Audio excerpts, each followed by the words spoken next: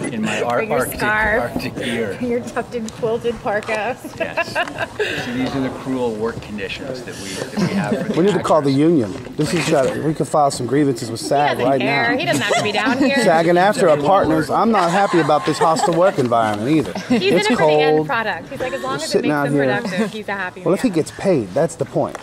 The bottom line is the art's one thing, but you want to get that cash. Sacrifice for art. Damn right. So we'll stay in the cold. So No. just saying your name and who you Sure. are, just so that we can have that for. You got it. I'm Samuel Baum, and I'm the creator, executive producer of Lie to Me. And you created this. It's all my fault. Because you had problems with people who lied to you at some point in time in your life, did you not? I've just been a liar since I was very small. So the first lie you ever told, which one was that? After you stole the candy or before? Was it a cookie? Well, I was just talking to a class of like 14-year-olds, and I was asking them, oh, so what do you guys lie about? And you'll all have to answer that question before we're done, by the way. Sure. And the kid goes, I love you. When I say I love you to my parents, it was pretty intense. You know, they're big lies, little lies. Then one of the fat kids said, when I say I'm not hungry. All of the science that you'll see in the show is real and based on either the work of Dr. Paul Ekman, who's the world's leading deception expert, or one of his colleagues. So. And you had the idea for the show before connecting with Dr. Ekman, and then that helped develop it? Is that right? I did. I was really interested in lying. I'd been writing about, you know, lies, big and small. Sure. And decided, okay, well, I better do some research into the science of lying and learn some statistics and facts. And very quickly, I came across Dr. Ekman's work and saw that, wow, it would be incredibly exciting to do a television show where the central premise was lying, and then each week you could have a case that would be very different every week, like a very different movie every week, so that, you know, one week you're dealing with the lies that are being told after a building collapses, and they don't know why, and so everyone's finger pointing about what caused it, to lies that surround an assassination attempt, to lies that are going on in one family, you know, where someone's been killed. Like, it allows you to travel through very, very different worlds every week, as opposed to, you know, if you're just a law show, okay, you're in the courtroom every single week. Right. It's a law case.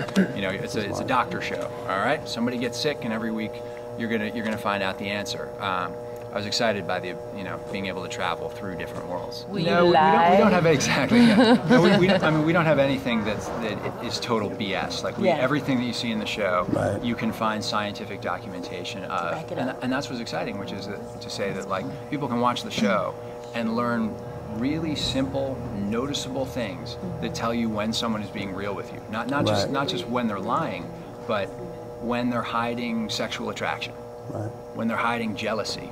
You know, there is a set sequence that occurs in the body when a woman flirts with a man, or even when she's hiding her attraction to a man. There's a set sequence that happens in the face and body right before a fist fight occurs. It's a facial sequence involving the upper eyelid and the shoulders. And so when you learn these things, it's like your eyes get open to, you know, you can watch those things that are happening. Exactly. There's a fight breaking out right over there. Now, I got my money. but this is like, I would too, because I'd let her beat the, anyway, go ahead. That would be my pleasure to let you We beat don't need to me. get into that. Now, What's the single coolest thing you've learned since beginning the show? The single coolest thing. Oh, that's hard. Because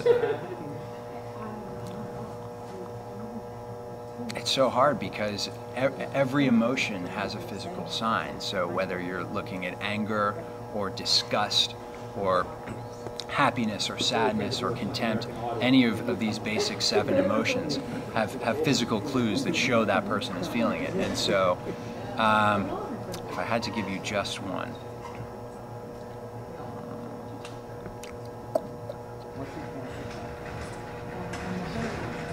well, there's an unnamed famous politician who will go without name. You'll probably be able to look him up pretty quick. President Bush. Who said that he has been in love with the same woman for his whole life, and that anyone who knows him knows that. And this was at a time when he was denying an affair that was subsequently exposed. And when he's saying he's only been in love with one woman for his whole life, and that this affair never happened, you just see this, which is a slight shrugging of the shoulder, of one shoulder. John Edwards. And this what's called a one-sided shrug, or a single shoulder shrug, is just a tiny piece of the larger gesture, which is a full, huge shrug. Help me, mommy. I have no confidence in what I'm saying. I don't believe anything I'm saying gesture. And we're able to prevent our bodies from doing the huge shrug. But it just leaks out. We know we're lying. We know we don't believe what we're saying. And so we can't prevent just the slightest shoulder shrug from occurring. And so, you know, one of the things that you'll see in Lie to Me every week is famous people who you recognize lying or displaying concealed emotion, and you will see Dr. Lightman and his team break down what about this person shows what they're really feeling, what about them shows a sign of lying. Do you have any concerns about Barack Obama, based on the things you've seen? Seriously, because you just pointed out something which obviously was, I've been in love with, I want to think it might be Edwards, but I'm not sure.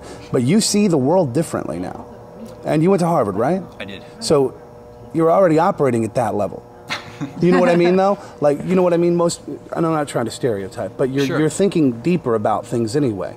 Have you seen some things in the world that have caused you to be like, damn, you know, Obama's good, but that's bullshit? Well, it is true that once you learn to see the science, you can't turn it off. Right. So once you learn to see it, you see it all around you. Right. And every day when I go out in the world now, you know, I'll see little micro expressions. Dr. Ekman has proven that when you try to hide an emotion, it flashes for less than a 25th of a second across your face, no matter what you do, because you cannot inhibit the signal from being sent to the facial nerve. Right. You can only compress the amount of time it shows for.